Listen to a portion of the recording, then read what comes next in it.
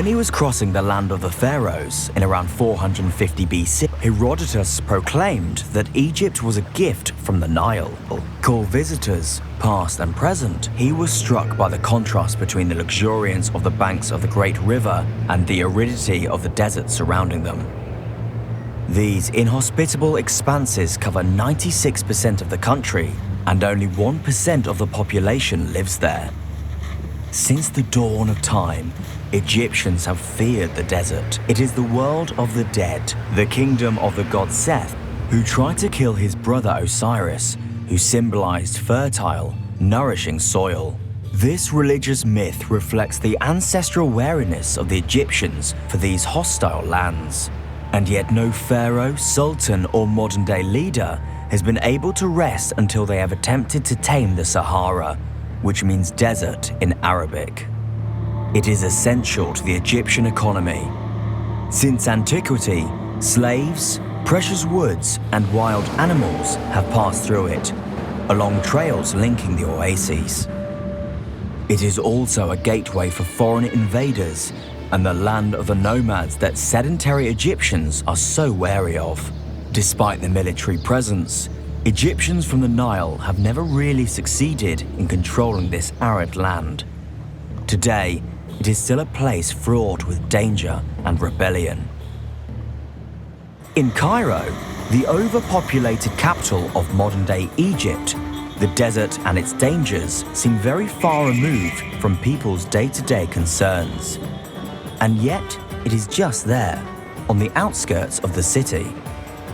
As you go upriver towards the south, the River Nile takes on the appearance of a green snake surrounded by hostile lands. 1 hour from Cairo, the Fayoum Oasis is the first refuge for the living from the dead.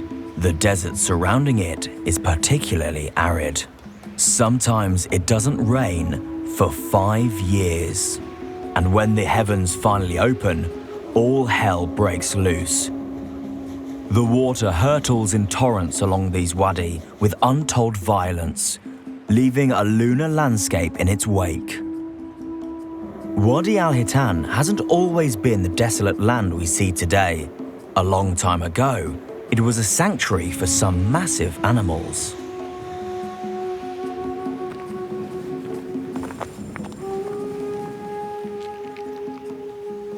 You find wonderful bone preserved, and if you go over there,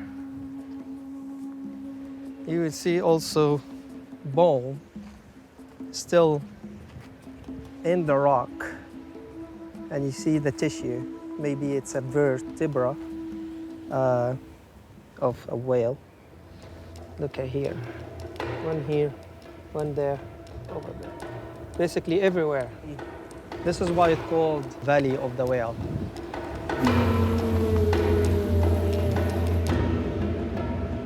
"40 million years ago, we are standing on the bottom of the ocean.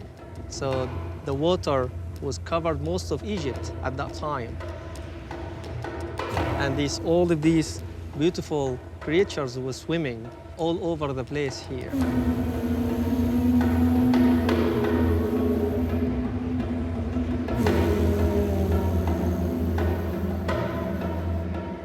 We are here looking at the most beautiful fossils in Wadi Hitan.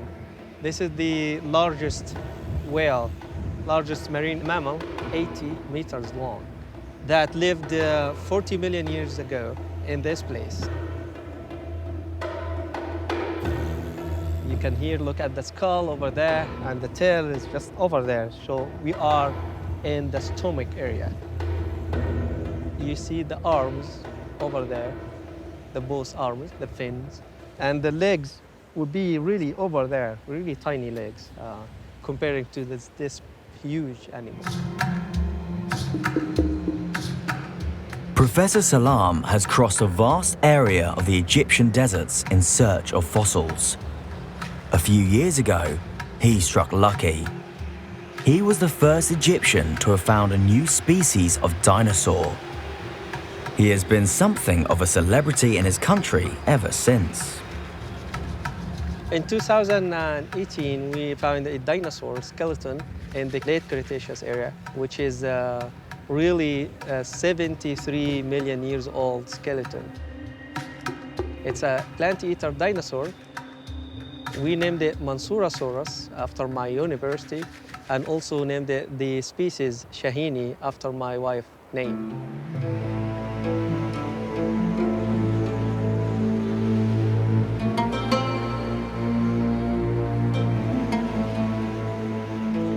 It took millions of years for the sea to recede from Wadi al-Hitan, giving way to terra firma. A series of different climates followed in Egypt. First the jungle, then forests colonized this part of the world. But in 5000 BC, the temperatures suddenly soared and desertification occurred, forcing the majority of the population to settle along the banks of the River Nile. It is perhaps this change in climate which is at the origin of Egyptian civilization. In this confined space, there was a need to organize a society, creating a strong royal power around a pharaoh. The desert took a while to colonize Egypt. The Giza Plateau didn't become arid until 1000 BC. The foot of the pyramids was in the savannah. Egyptians used to rub shoulders with the sort of animals now found in East Africa.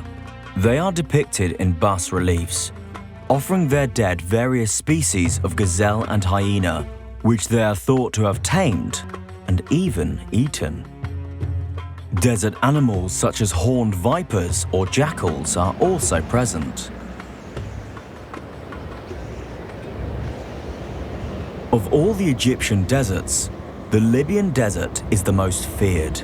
It covers an area of over 3 million square kilometers.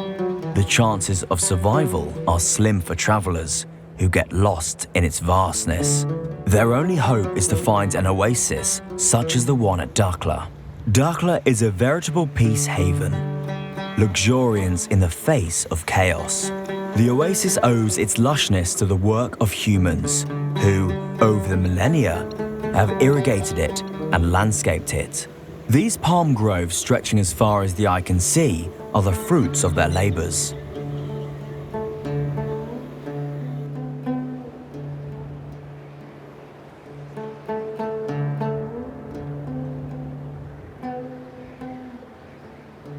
The desert climate is perfect for dates. El Noir Farm has planted 50,000 date palms. This plant is the emblem of the oases. It has so many uses, even for weaving hats as protection from the sun.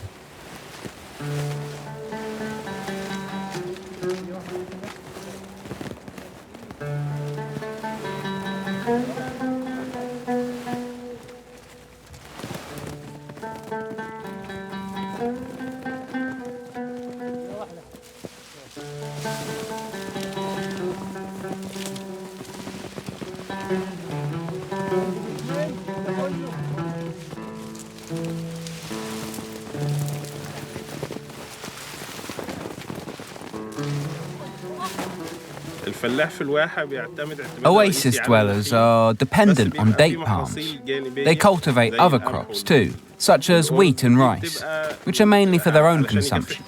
But their main source of income comes from date palms.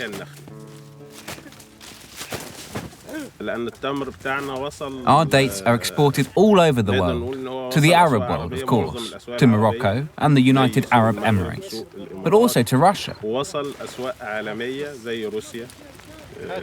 They are even starting to be exported to Europe.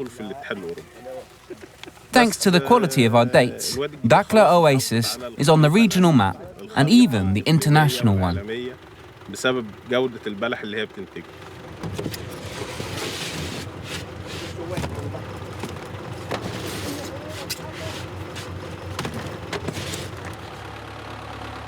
I haven't left the Oasis for 2 years. Before that, I was traveling for 5 years. I was an engineer in the oil industry. I used to travel to Cairo a lot, but I prefer life in the Oasis, with its calm and serenity, far from the crowds and the noise.